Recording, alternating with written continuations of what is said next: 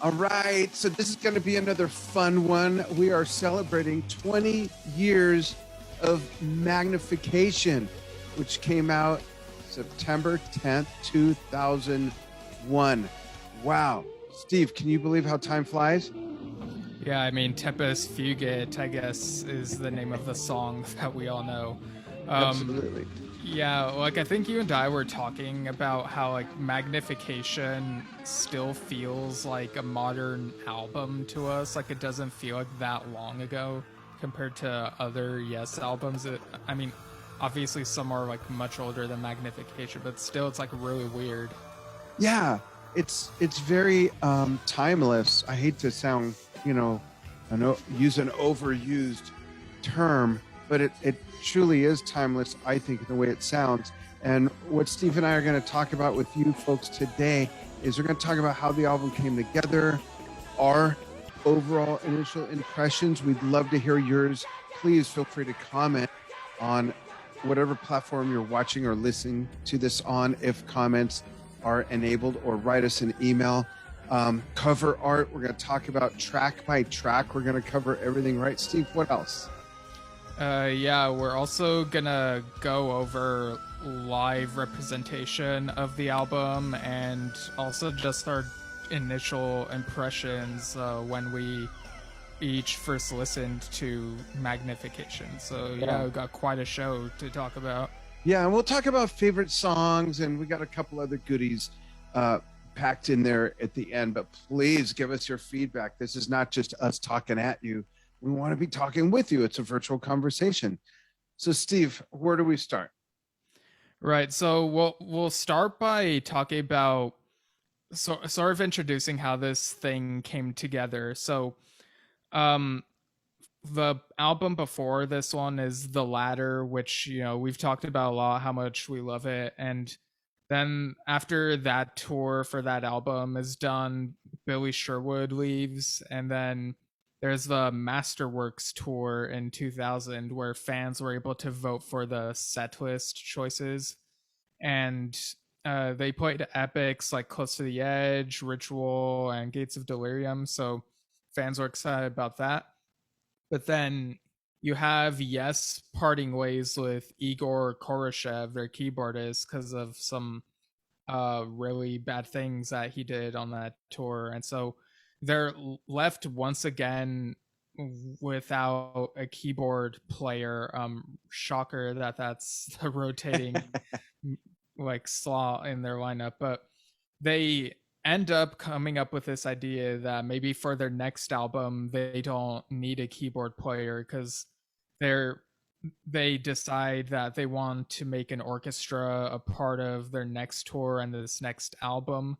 And so I was looking this up. Apparently in January 25th 2001, there is even like a little poll on yesworld.com where they asked, would you like to see Yes album with an orchestra or Yes tour with an orchestra or something like that? And it was just yes and no were the options. It's a really weird thing to Oh, put I up don't as a remember poll. that. That's interesting. But then again, I don't remember 3 weeks ago. So, Right. Yeah. I saw this online and they use a Wayback Machine to confirm. And yeah, people can find that. But yeah. So they made. wait. Back up a minute. For those who don't know what the Wayback Machine is, tell them they're going to picture you climbing into some aluminum cylindrical thing, throwing some levers, and literally, tell them what the Wayback Machine is, because I Oh think yeah. it's cool. The Wayback Machine is this website on the internet which takes snapshots of lots of websites on various dates. Like if you just Google Wayback Machine, you can find it, and it's archive.org, and you can just insert a link and then browse history, and pretty much you can see what snapshot of certain websites were up Previously. on on which date. And yeah, it seems kind of random. I don't know what the process is, but yeah, it's pretty interesting to see how certain websites evolved, like Yes World or yeah, I don't know, but yeah, it's a really neat tool, I think. So that's how you were able to find out that they had that poll on the site back then, and if obviously overwhelmingly, or at least by some margin, it must have been yes was the vote to see Yes with an orchestra, because that's what they did. Yeah, probably. I didn't see what I couldn't find the results for it, but I have a feeling that they were gonna like use an orchestra either way. Even if it was an overwhelming no, they were probably just gonna do it anyway. Like that's just the feeling that I have. And so they make Magnification. It's for the first time, Yes is just a quartet. Well, I guess for the first time on a studio album that we've talked about on that Yesshift What If episode, how like they were thinking of being a four-piece without Jon Anderson before the union thing, and then some other options. But anyway, so you have Jon Anderson, Chris Squire, Alan White, and Steve Howe, and they get Tim Widener as a producer, and he's worked with Seal before this.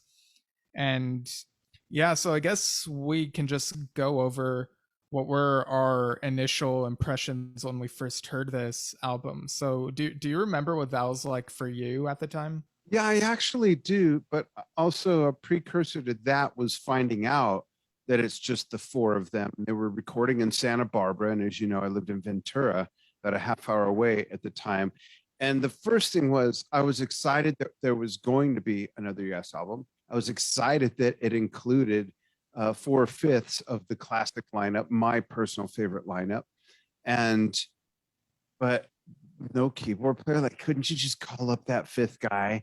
I mean, come on, he's come back before a few times. Like, how hard? It was just so weird to hear not just a prog band, but such a prog band, and a prog band of such to not have a keyboard. So the anticipation was really high. And when I got the CD, my first impression is just like a meal. Presentation's everything. So you look at you see the cover first. It is absolutely my favorite Yes cover art outside of Roger Dean's work. I really love the cover, and it somehow fits the music magically perfect, magically delicious, in fact. The cover art I love. The cover art I think is timeless as well. So that even just, I couldn't wait to put it on. And from the very first note, my impression personally, as a Yes fan, as a music fan, as a lifelong musician, from beginning to end, it's beautiful musically, lyrically. It's, I think, maybe the best, if not, well, we won't use the word best. My favorite, if not definitely within the top three, as far as the Yes vocal arrangements and everything. It's just upside down, inside out, backwards, forwards, and diagonal. I love it. It's got some great music on it. And it might be one of the first Yes albums where Jon doesn't use some superlative made up words and lyrics that have no meaning. These are these seem to be like real stories, and musically, I love Chris's bass. I mean, I could go on and on. So obviously, my first impression was I just loved it from the beginning. I made it while I was cooking dinner. I made it. I listened to it while I was Yeah, cooking. you baked some Magnification in the oven and had it with some spaghetti. It was great. I listened to it. And there are some tracks on there I love playing to. For those of you who don't know, I've been a drummer for 51 years, and I love it. I love it. How about you? And so let me think. How old were you at the time? You were 16. What? No, wait. You were 6. You were 6. What am I saying? Yeah, I was 6, almost 7 when it Sorry, came I was out. in the way forward machine there for a moment. Right. So the way I listened to this was kind of funny, and kind of embarrassing looking back, but I think it was back in 2004. I was visiting grandma and grandpa, your mom and dad.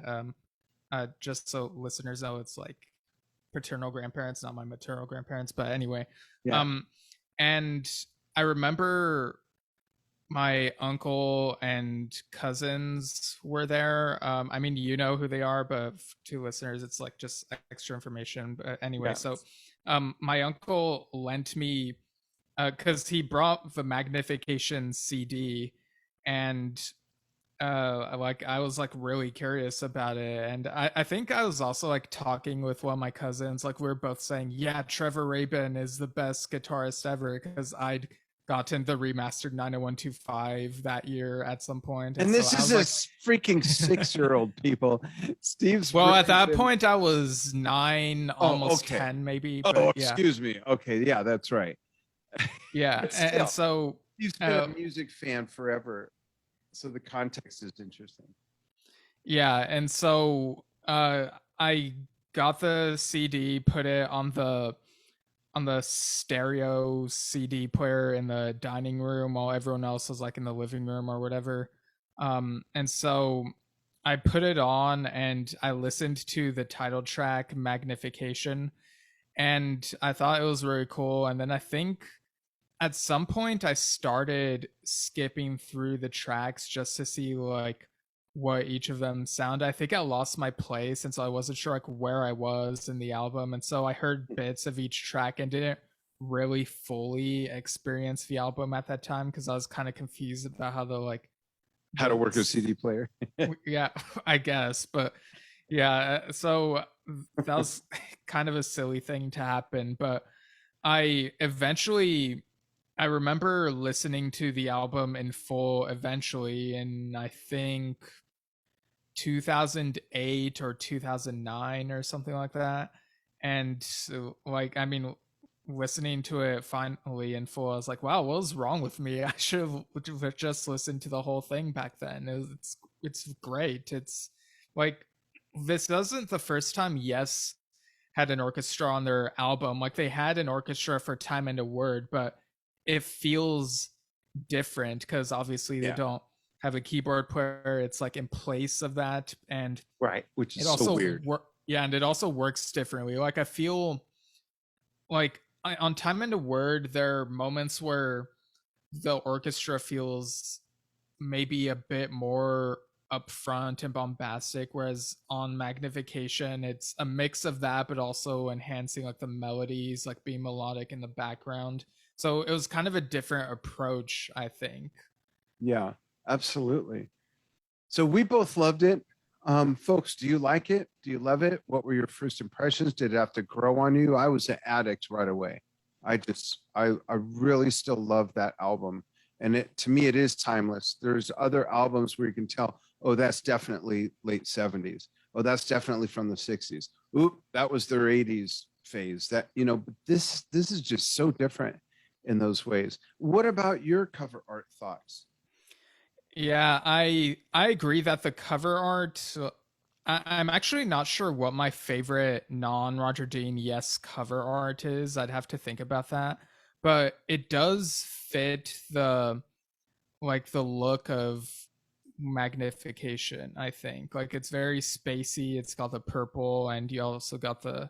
I think there's like the thing on the back where it looks like another planet or moon or something. You have that like Elias symbol. Mhm. Um, but apparently Roger Dean had sent in artwork to the record company, and but they didn't present his work to the band, which What? I yeah, didn't like know this. yeah, he said this in an interview in the mid 2000s, and like I don't know what the deal was there. It's like, how do you not present Roger Dean's work to the band? Like, especially when Roger Dean's work is so All over synonymous there. with Yeah. yeah, with a lot of their work. And so what ends up happening is they get Bob Cesca to design the like the artwork, and but also incorporating the Roger Dean Yes logo in there a bit. But yeah, it's just like a really weird thing to happen. So, But like the stuff that Bob Cesca contributed, it kind of added another visual language that they ended up incorporating in the Symphonic Live DVD with the like 3D right. animated stuff. So that was kind of weird and interesting, I guess. So I'm curious if you know whether or not the band found out later that Roger Dean submitted art that they didn't get to see and what their thoughts were, and if there'll ever Um, be an alternate release of any kind. Yeah, I wasn't able to find anything on that, but that is a really wild thing to happen.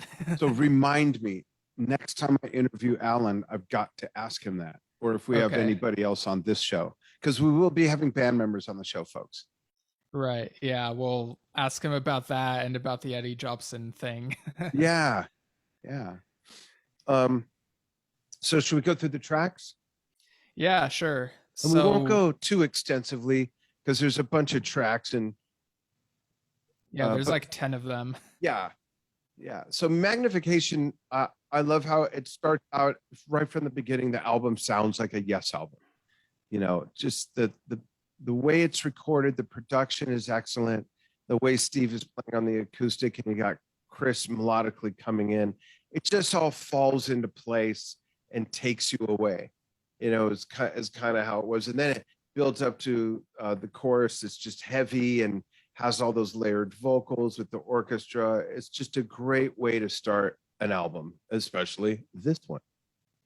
Yeah, definitely. It's it starts off kind of low key and builds up like it's not too bombastic at first, but then you get like the vocals escalating and be like so afraid to let my feelings really show, and it sort of like builds up and takes you along the way and gets to the like magnification. It's like really Hard, catchy and yeah, yeah, harder and edged. yeah, and so it's and the title is also a really good title for the album. Like John has said that the idea was to magnify the good aspects that surround us, apparently. So yeah, it Very sounds like cool. a very John Anderson idea. I can't help but crack a smile at the end of the song where it sounds like, and this is just my interpretation, it's not intended to be negative, folks. So just back off the hate mail. Um, Where it sounds like everything is crashing. yeah, yeah, it sounds like the orchestra's falling down the stairs, basically. And I actually like it. Like at first, it had to grow on me actually at the very end. And at first, I thought there was something going wrong with this. Yeah, I love that part. I actually dig it. Now, can I move on to the next song? Yeah, it pretty much segues into the next Yeah, song. So like what are your thoughts on this next one? I love Spirit of Survival, and I love playing to it. I love the theme. I love the music. It sounds like a motion picture soundtrack, the way the orchestra parts are positioned and everything like that. And I don't know if you remember this. I mentioned it on a previous episode that the gentleman who helped with all the horn arrangements is Frank Macchia. Hi, Frank, who did help me with all the horn arrangements on my CD in 1998, 99. Danny Schinder and Friends Retrofits, when I did the classic rock songs in big band style. He helped me arrange all those. And he at the time was the horn arranger for the Tonight Show band. So to see his name on the album was like, whoa, that was really cool, because that was after my CD had come out. So I figured they must have heard it and hired him. But anyways, I really like that song, Spirit of Survival, and just the theme of it is wonderful as well, lyrically and musically. Yeah. And it has such an intensity to it. Like it's very fast paced, and like the orchestra also like goes all out with a dun, dun, dun, dun, dun. Like it's just like that they I don't don't, hold back. It's very yeah, cool. I don't know what parts you mean, but yeah, they're just plugging along. The burst, you know, that those kind of things, and I love, you know, I have timpani drums set up with my drum set, folks. So the dun dun dun dun dun dun dun dun dun dun dun dun, and then there's the real delicate, real anticipatory at that point, you know. Yeah, it's like a shark lurking in the water Yeah, or something. yeah. His name's probably Rick Wakeman. So yeah, dig that song. So the song "Don't Go" is, we could kind of look at that as kind of the more commercially radio placed. Yeah, it definitely was.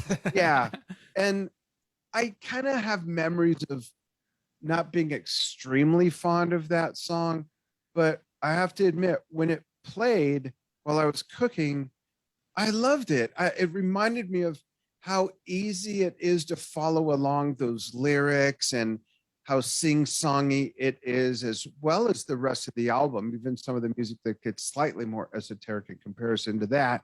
Um, I like it. I like it. It works. It tells a good story. And it's a good third song to kind of bring it back down to earth after the first two. Yeah, I remember in the late 2000s when I was really getting into the album. I remember Don't Go. I found it very catchy. Like I'd heard it on the Symphonic Live DVD several years earlier, but at this time in the late 2000s, I was like really into it. I was digging it. I was like, oh, I really like it's a very cheesy thing to say, but it's like, oh, I really like the beat, that type of thing. But like now, years later, when if I mentally think back to something I want to play mentally from Magnification, I don't really revisit the Don't Go that much. Like I don't revisit some of the popular songs as much as some of the other more complex sounding songs, but it does feel like you could kind of feel the DNA of some of the more commercial 80s hits in Don't Go, I feel. Oh, that's interesting. I never thought of that, but I see that. Yeah. Yeah, that's cool. Folks, what do you think about how that song sits in with the rest of the landscape there musically of the Yeah, album? you got John with a megaphone in the live Yeah. setting with that. That was Yeah. kind of funny. I wonder if he borrowed that from Trevor Horn. And then the next song, Give Love Each Day, is kind of like it's the innocent, one of the innocent songs on there. It's the first innocent song on there that's kind of pulls you along. You have to be pulled along with it a little bit, I think, because of the tempo and the stop Yeah. and start with that one's kind of an interesting arrangement. I love all the songs, but that might be my least favorite on the album, if I'm allowed to use that term. It's the one I'd probably listen to over and over the least, but I It's like funny. it. I'm just saying it's just different. I don't know. It's funny that you say that because this is actually my favorite on the album. That happened on what other album did that happen on? Was it Union? Something like um, that. My least favorite was your favorite, and oh, it was on Big Generator. Like Holy Lamb was my favorite, but it was their oh least favorite on that album. yeah, how funny. Well, that's interesting. So why don't you comment, and folks, you too, but Steve, tell us why that's your favorite. What resonates with you? I guess I was just really loving the sincerity of it. Like I know like some people will like roll their eyes at romance songs or love songs or whatever. It doesn't have to just be romance, but it felt very like real, and like it begins with a really great orchestral like instrumental stuff for a Yeah. bit and kind of like plucks you along, building up little by little, and you get the do do do do do do do standing here on sacred ground, and the orchestra in the background. Do, do, do, do. Sometimes it's a mad world, let it be. Do do do do. And it's like, yeah, sometimes it is a mad world, but You there's think? also like all but there's also beauty in this world, and it's like when like the vocal harmonies in this song are amazing, like when they're like, Yeah, you're that's the true. song from the book of time to realize what is yours is mine. And it's We're very meant to yes. be all because our love has always been. And it's like, wow, whoever this song is meant for, like what a song to have written for them, like if it is intended Yeah. for someone. But yeah, and it culminates like, I think the guitar gets like dun, dun, dun, dun, dun, dun, dun, dun, dun, like gets like really loud toward the end, and you get the repeated very positive sounding give love each day, give love each day, and it's just a really positive It's song. Like uplifting. Yeah. I Yeah, should give it another chance. I haven't listened it's to that like one. the what it's to this album what It Will Be a Good Day is to the latter. Yeah, that's true. That's a great analogy. I totally see that correlation. Right. I love Can You Imagine? Simply any song that Chris sings any lead on is automatically moved to the top of the list for me. I love Can You Imagine? And I love his voice Yeah. and the way his voice cuts through on this, and that the beat again, the beat and the way it just kind of marches along. And I love that song. It's very contemplative, it's to pique your interest, really, and it's in the title. Yeah, and I'm not sure if you remember this, but this was based on one of those XYZ demos. Oh, I At the didn't know. time, yeah, it was called Can You See, I think, and but they changed it to Can You Imagine, and so this is pretty Oh, much like that, like redone, and of course orchestra added on top as well, and so it's another instance of Yes digging back into their archives and repurposing something much later on, and I think yeah, it works. Like I really love, like you and I both love when Chris is able to sing lead. Like it's it's something I would have loved to have gotten more of, like not just in Yes, but also like in other side projects as well. But yeah, I'm glad that they were able to incorporate this on the album because they very well could have just not done it, like just have John sing lead on all of it. But it was great that they included Can You Imagine? yeah, yeah. That's cool. I did not know that. I have that whole demo somewhere. I haven't heard it in a long time. Then we move into another song that I like a lot. I like all these. I know that I said that Give Love Each Day is my least favorite. That doesn't mean I don't like it. I just like the others more. Okay. Can we Right. agree? Um, I love, I see what you did there. yeah, I love We Agree a lot. I love that. And again, this song is another example of why this album to me is so representative of the Yes vocal legacy. It really encapsulates, this could easily be an album to demonstrate to someone who's never heard Yes before, but they heard, yeah, I heard they have great like vocal harmonies and stuff. What's the best example? Here, listen to this album, because it's all the way through it, except for Soft of a Dove. It's all the way through it. There's awesome, harmonies and layered vocals and everything. It's just, I love that song. We Agree. Yeah, I agree on those points about We Agree. um, I like believe it. yeah, I believe it. I just love that whole, and the orchestra. Dun, dun, dun, dun, dun, dun, dun, dun, shikun, dun, as we all. I just love it. It's just yeah, the beats in and everything. it's very timeless, but also it feels like it could pertain to any modern issue because it's like answers never clear again. This turning of the page. It's like like there's the uncertainty of the world, but then there's this assertion that if we are one, then we are refugees. We are the prisoners of our own design.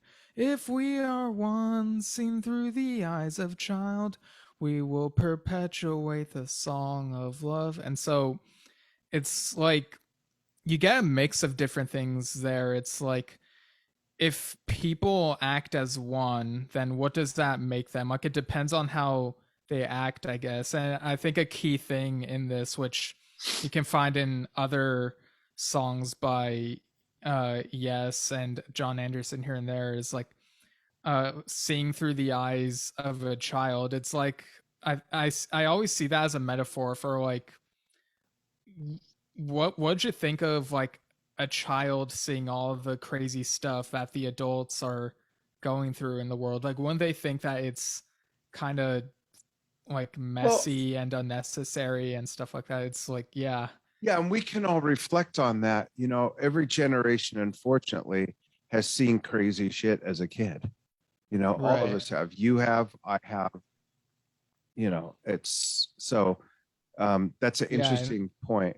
yeah, it's Yeah. like I'm sure some of us miss that feeling of being a child and having a more optimistic view of what the world is, and it's like if only we can make the world what we thought it was back then. Like I know that's Yeah. kind of maybe too deep, but like this is a song that makes me think. That's cool. And I have one question for our listeners and viewers. Do you agree? What are your thoughts on that song? Moving into um the neo polka metal track of Soft as a Dove. Soft as a Dove is clearly, it's a Jon Anderson feature song. It's recorded beautifully. I found it very interesting who the gentleman who did do the orchestra really knew the Yes style, and I think Rick Wakeman's in particular, because it's one of many examples where the line of the orchestra sounds like Rick could have written it. That sort of melody sounds totally like something Rick would do. So it has traces of Yes. You know what I mean? Like it's got some of their legacy stamp on it, even though X member's not there or Z member's not there. And I really like that. So it's just a pretty little song. Yeah, I might need to give this one a listen again because when I think back to it, I mainly think of the dun dun dun dun dun dun dun dun dun dun dun, and to me, like "Soft as a Dove" just feels like from the Balcony version Yeah. 2.0, not Yeah. done Yeah. quite as well. This is actually my least favorite song on this album. Oh, it's my favorite. No, I'm kidding. So But you I like mean, From the Balcony better? yeah, I like From the Balcony better than Soft as a Dove. Like I think From the Balcony has a bit more going for it for me, like both I think, musically and lyrically. yeah, I think it works more as a duo for John and Steve rather than Steve accompanying John on Soft as a Dove. That's the way I see Right, it. yeah, but I guess Soft as a Dove, I mean, the title is what says what it is, so I Yeah. guess that's good advertising, like exactly what it is on the can. Um, but yeah, it's brief and it's harmless, I guess. Yeah. The next song, I love this song. Yeah, it's very complex. Yeah, I love Dreamtime. I love Dreamtime. I love that song. Yeah, That is a complex composition, and they're playing their asses off, and it sounds like no keyboard player, but all these songs sound like Yes. And it's not just because it's John's voice. It's not just because there's traces of Steve's slide guitar. It's everything. It really is a Yes album without a keyboard player. Who would have ever thought? right. Yeah, I love the wild ride that Dreamtime takes you on. Like it hits the ground running, and you also got a do do do do do do do do do do do do do. Like it kind of feels like at times it kind of feels like a wacky sequence in some animated, like some classic animated Chase scene thing or for something. yeah from like Warner Brothers or Disney or something from Hmm. decades ago. But From Looney it Tunes sounds or Merry Melodies. yeah, with stuff like that, or like Mickey Mouse or Fantasia stuff rather. But Now, there's some people that yeah, are gonna totally get the wrong idea. This music's not fit for a cartoon. What are you saying? Ugh. Interpretation is left up to one's filter they have in their head, built on yeah, their yeah. model of. No, like the point I was making, I think, is that orchestras have a great way of enhancing, like me, like songs by these types of bands, but also animation as well. I think it might be more suitable for Hanna-Barbera's Flintstones rather than Warner Brothers Looney Tunes, personally. But it's a great song. Now, the next song features some keyboards. What? It features piano. What? It features Alan White on piano. What? Who even played it live in the beginning of the song? What? I love that. That's a great song. In the Presence of. I love that song. Yeah, In the Presence of is a song I didn't appreciate as much for a while. Um, Really? yeah, because I think because it's like I do enjoy much of the softer Yes songs, but I feel like maybe when I like the first few times I listened to it, like I wasn't really paying that much attention to the deeper meaning of it and what it's saying, but overall it does have something to say. It's like there's something greater than all of us and we are in the presence of it. And it could Right. also like go back to that same message that we can be one, like we can be unified. Yeah. Wouldn't that be interesting? Yeah. So we close out the album with, I have to say this. I have to say, I like the song Time is Time. I like it on its own. It made the end of the album very anticlimactic for me. And we've seen that before with bands where, there's this big bubble and arc and then it just cools off. To me, this was just too much. I would rather Time is Time have gone in between Give Love Each Day and Can You Imagine, or in between Can You Imagine and We Agree. I think it would have been too much for it to be next to Soft as a Dove. I might be wrong, but I would have rather ended it with any other song except Don't Go or Soft as a Dove. Any of the other songs could have been the last song. To me, it's just anticlimactic, but on its own, I love the song. I think it's cool.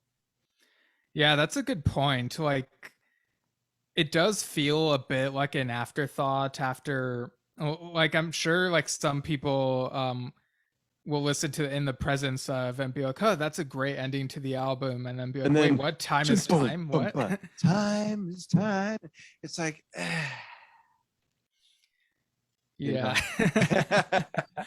It's like the last of an exhale. Yeah, but I it's like a beautiful song. I also like it on its own, but yeah, I agree. Maybe it could have been between a couple of these other songs much earlier in the track list. I must say, do absolutely love Steve's playing on the dobro. Yeah. It's got that bit of that Western colonial edge in there. He's a big fan of Western music and whatnot. And I love that fits so perfectly and it sounds very organic. And that's the other thing about this album, even with an orchestra, it is recorded. So you truly can hear every little nuance of all the instruments. And that always shows up more in acoustic instruments, the drums and percussion, of course, Steve's acoustic guitars. And at even on an electric instrument, the very end of, at the very end of In the Presence of, there's that sustained note. And when it cuts off, you literally hear him lift the slide off the strings. And it's just recorded so well and so clean. And now, if we put that in the context of that being 20 years ago, now technology had advanced with recording, mastering, mixing so much from the 60s and 70s to 2001. But even still, if you compare 2001 to what's going on now, it sounds so nice and authentically organic. Overall, I give the album a 10.5 on a scale of 1 to 5. For all the reasons I said in the beginning, musically, lyrically, the harmonies, the production. I love the cover art. And it's phenomenal to me that they pulled that off and still made it sound so much like a Yes album without Rick Wakeman or any other keyboard player for that matter. Yeah, definitely. And this discussion of like the anticlimacticness of the ending just reminded me of something. So, in 2002, there was that box set in a word Yes. And one of the tracks on there was a song called Last Train. I don't know if you've ever heard this, but it's a really simple song. Like the Monkees did that, right? Take the last train to Clarksville. Oh, it's not that one? No, it goes more like dun, dun, dun, dun, dun, dun, dun, dun, dun, dun, and the lyrics are basically just last train coming home, last train coming home, all aboard the train, all aboard the train. Like that's pretty much all there is to it. So like imagine if the album had ended with that right after Time is Time. Like that would have been really weird. An ending after the ending. So I have a question about the album, and folks, we're almost done. We want your thoughts on all these things. We got a couple other points, but Steve, my question is two questions. One, do you think this is one of Yes's, let's call it, lost albums? Do you think it It, doesn't get enough attention and praise and airplay? And I don't even listen to radio, so what the fuck do I know from airplay? But you know what I mean? Airplay in people's cars or whatever in their home. Like, what do you think about that? yeah, I think it definitely is. Like it all comes down to what we're gonna talk about next. Like I think part of it comes down to the band's representation of it in the live setting. Like I feel like every album from the first album to Big Generator had really great representation in the live setting. Like the tours were about those albums, but then when Union came around, like the tour was basically more focused on the mammoth lineup, like doing classics from the 70s and 80s and whatever, more so than showcasing Union. Yeah, there were Um, two songs, right? Lift Me Up and yeah, Shock to there's the Lift Me System. Up, Shock to the System, and then later on Saving My Heart. And Right. Take the Water to the Mountain was on the first show of that tour. And Really? yeah, and but they dropped it after that first show. And I'm sure Steve Howe's played Masquerade at some Yes concerts, but Oh that's a yeah, I Steve Howe saw him solo play piece. that on the second leg in America when they weren't in the round. He Okay. did play that. Yeah. Right. And but then we get to Talk, and that got like pretty much every song on that album except for State of Play was played live. So that got great representation. And then That's my second favorite song on that album, by the way. I would have loved to have seen that. yeah. That and or no, it's yeah, I would have loved to. I'll leave it at that. But after you're done, I have a second question about this album for you. That's generational. Okay. So should I keep going and then Yeah. you'll ask? Yeah, go Okay. ahead. So I was just gonna say and then you get the weirdness with the keys to Ascension Studio stuff, and I don't know how much of it would have been played live if Rick stayed. I know Children of Light was played on the Open Your Eyes tour, but that tour like only had a couple Open Your Eyes songs, I and don't remember that. was mainly just like mainly showcasing the 70s stuff for the most part. So that's another one. Open Your Eyes, another Lost Yes album. Definitely. But then the latter got really great live representation. It had like on House of Yes, there are 5 of the songs on there, and then you have they New are Language all on the so good. South American tour. Yeah, they're all great performances of those songs too. They didn't faff their way through anything. They sound great. Maybe to the point where better than the studio version. They're really good. But then with Magnification, like the symphonic tour started July 2001, so Magnification wasn't even out until September, and they only played the title track and Don't Go and In the Presence Of, and the show began with like the overture from the beginning of Give Love Each Day, and then you'd get Magnification and In the Presence Of on the Full Circle tour when Rick was back, and Time is Time on the 35th anniversary tour, but that's pretty much it. Wait, like there wasn't Time is Time is it's not on Songs from Songus. I'm pretty sure it is. Let me double check that. Oh, you're right. It is during the acoustic set. I'm sorry. You're right. You're right.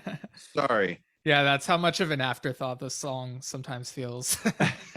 But yeah, all that is a long roundabout way of saying that I do think Magnification is kind of a lost Yes album, and that it didn't get as much play as it could have gotten. So my question was, you're about to turn 27, and I know you have some friends that listen to Yes music. Very few, but you've got some friends that are familiar with them to a degree, right?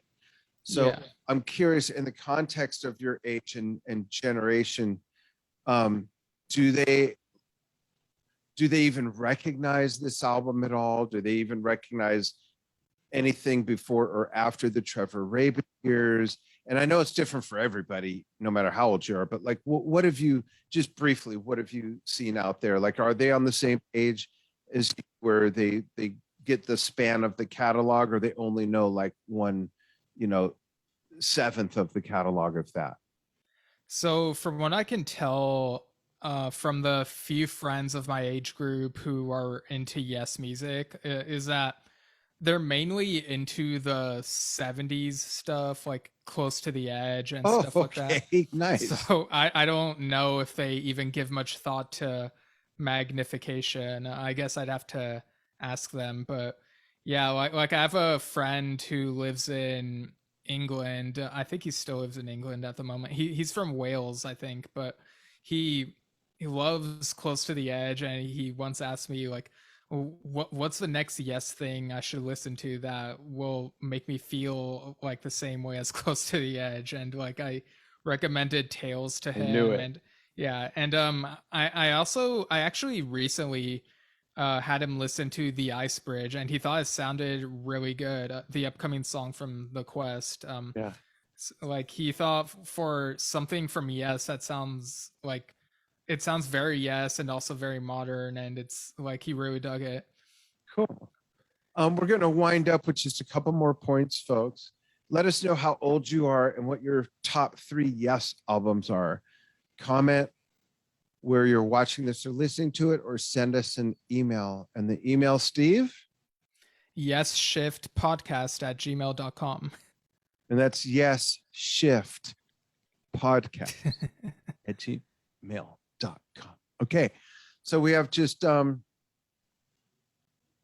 think we covered the last thing on our list, the legacy of magnification, maybe. Yeah, like it's the last studio album from Yes to feature Jon Anderson, so I guess that's kind of a Wow, significant that's thing about crazy. it. I didn't even think of that. Yeah. 20 years. Wow. And I still think the album's timeless and is a great representation of their overall legacy. What's your favorite song from the album? Well, I mentioned it earlier, Give Love Each Day. Yeah. But yeah. Okay, so mine is let me think here. This is hard for me. Yeah, there are some good ones. Yeah. It's either Spirit of Survival or Dream Time. And In the Presence of is right there as well. And everything else is just under that. I really like the album. I mean, like I want to play to it. I already promised Inja a movie tonight, so I won't be playing tonight. I've got other work to do, but maybe tomorrow is part of my vlog. Maybe if we could find a bootleg live version to play to, because I love playing to this stuff. Great music and representation, the live setting. I think they did a really good job, obviously with the orchestra, but I think when they did the Full Circle tour, when Rick joined them, they did a really good job as well. It wasn't one of those things where it sounds totally empty because there's no orchestra. They picked the right songs and it worked. Yeah, like you had Rick doing the like filling in orchestra parts like a magnification is like the do do do do do do do like he just did on the keyboard.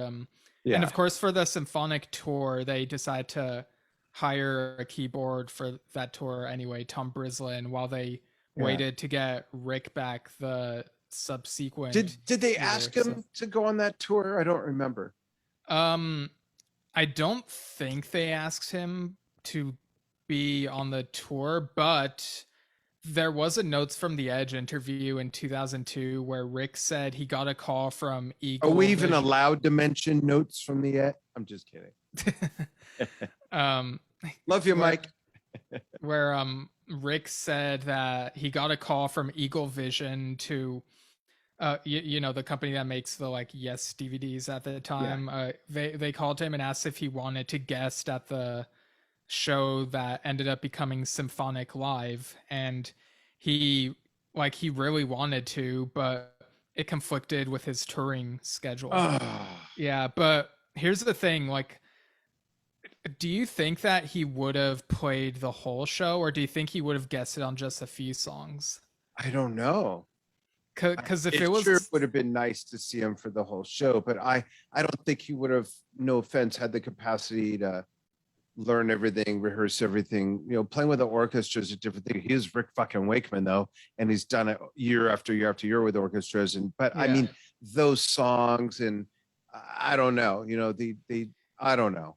Yeah, like I don't know if they Gates of Delirium, you know. Oh, that's right. That was part of that set. Yeah.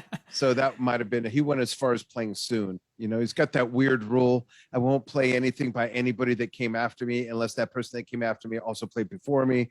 You know, like Tony, obviously, just that whole weirdness. So I don't know, but it would have been cool to see him just come out in his cape and, you know, but Yeah. So if like I don't know what the plans would have been. Like I don't know if they would have had two keyboardists at once, but if the plan was for him to play a a majority of the show or a huge chunk of the show, I'm actually glad that he wasn't available for it, because I feel like it would have, like his presence would have overshadowed Tom Brislin's contributions, or if he put the whole show, maybe Tom wouldn't even have been there. And I prefer having this video where we're able to really see Tom's contributions in this live show, that's because he was fair. there that whole tour. So Right. like That's what I was just if I had to choose like one of them to be showcased in this DVD, it would have to be Tom. Like he earned it for that tour. Yeah, I agree. He was part of the tour as much of as the orchestra was. Yeah. So if you could choose one song for Yes to play live from this album in the near future, what song would it be? I have to guess it would be your favorite song. I don't think I would choose "Give Love Each Day" because okay, because something with more action, maybe. Well, because I feel like back in the late 2000s, like John and the Paul Green School of Rock already did a good job with that, so I kind of had my fill with it in that sense. Okay. So this is really tough. Like I feel like it would have to be between Time is time. No. Like I'd have to choose, but like I love We Agree, but I feel like for live it would have to be between Spirit of Survival and Dreamtime. I agree. 1,000%. Those are my choices. Yeah. Okay, so I guess we're both like tied with those two choices. Yeah, let's write the governor. Do it. Yeah, well, like let's. I mean, I remember someone, one of our listeners, said that like their dream Yes show is like another symphonic tour with like Magnification, Time and a Word, and the Quest songs. So like that would be a fun thing to do if they ever considered it. Wow, that could be a whole episode. But here, Yeah, I'll give my 2 cents on that, and then I'd like yours. And folks, give us yours. If you had another symphonic tour, what 3 albums? 3. You get 3. That's it. 3, not 2, not 4, 5 is too many. 3 is the count. The count shall be 3. Okay. Yeah. So I mean, you could just choose the 3 that have orchestra, but yeah. Yeah. I would say for me, it would be, you got to include Magnification, of course. I'd say Magnification, Close to the Edge, and is it too greedy to say Tales from Topographic Oceans? I knew you were going to say that. Or could I split and say Magnification, Close to the Edge, The Revealing Science of God, and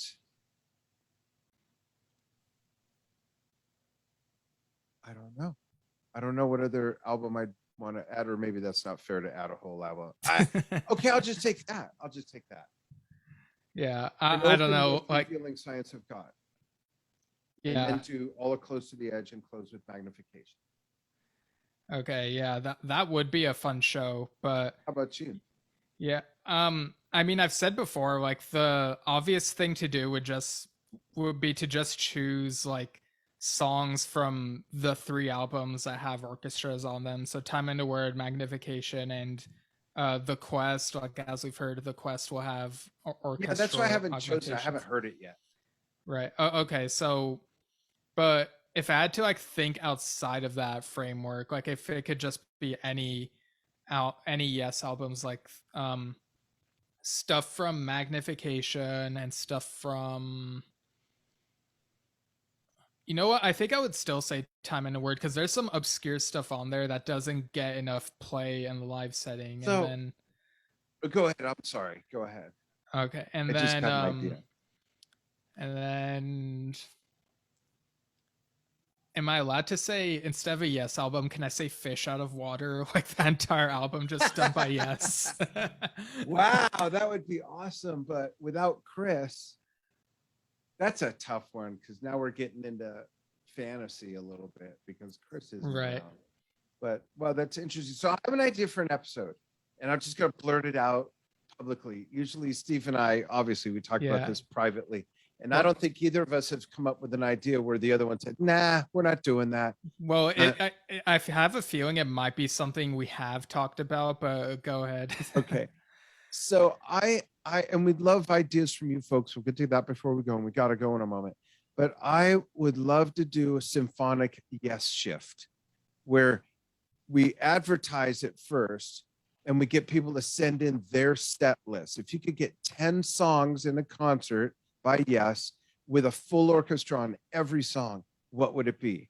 And we come up with ours as well. And we read them off and read some from the fans. I think that'd be great, because one song that might not be, that's more atypical of what you might think, I think Machine Messiah in the style of Magnification with the full orchestra would be a boom, boom, boom, boom. I think that would just be so killer. Yeah, have some violins going. Yeah, exactly. So we're going to do that. We don't know when yet. We'll advertise it so you can send in your 10-song set list as a Yes Symphonic Tour. I think that'd be a fun episode. And we got a great suggestion a couple episodes ago from a fan for us to talk about our favorite live releases that Yes has put out. Visual only, right? Well, I think the idea was to do a rundown of the concert films. Yeah. And exactly. Like you and we were talking about maybe splitting it up into like 20th century Yes concert films and 21st century Yes concert films, just so we're not rushing through them too much. So that'd awesome. Like that'd be a fun couple of episodes to do. Cool. So folks, write us, let us know your ideas at yesshiftpodcast@gmail.com. You can check out all of our episodes at anchor.fm/yesshift, or you can follow the Yes Shift Facebook page and see us do the show. Yeah, for sure. You can find us on various platforms, and it's always a good time just talking Yes and all their different shifts and styles and lineups, especially this weird one where it was 4 of them and an orchestra, which is really weird, but that's Yes for you. Like, they do weird things, I guess. All right, folks, thanks so much for following what we do. Look forward to your comments, your input from what we covered, and suggestions for future episodes. And thank you so much. Bye. Bye.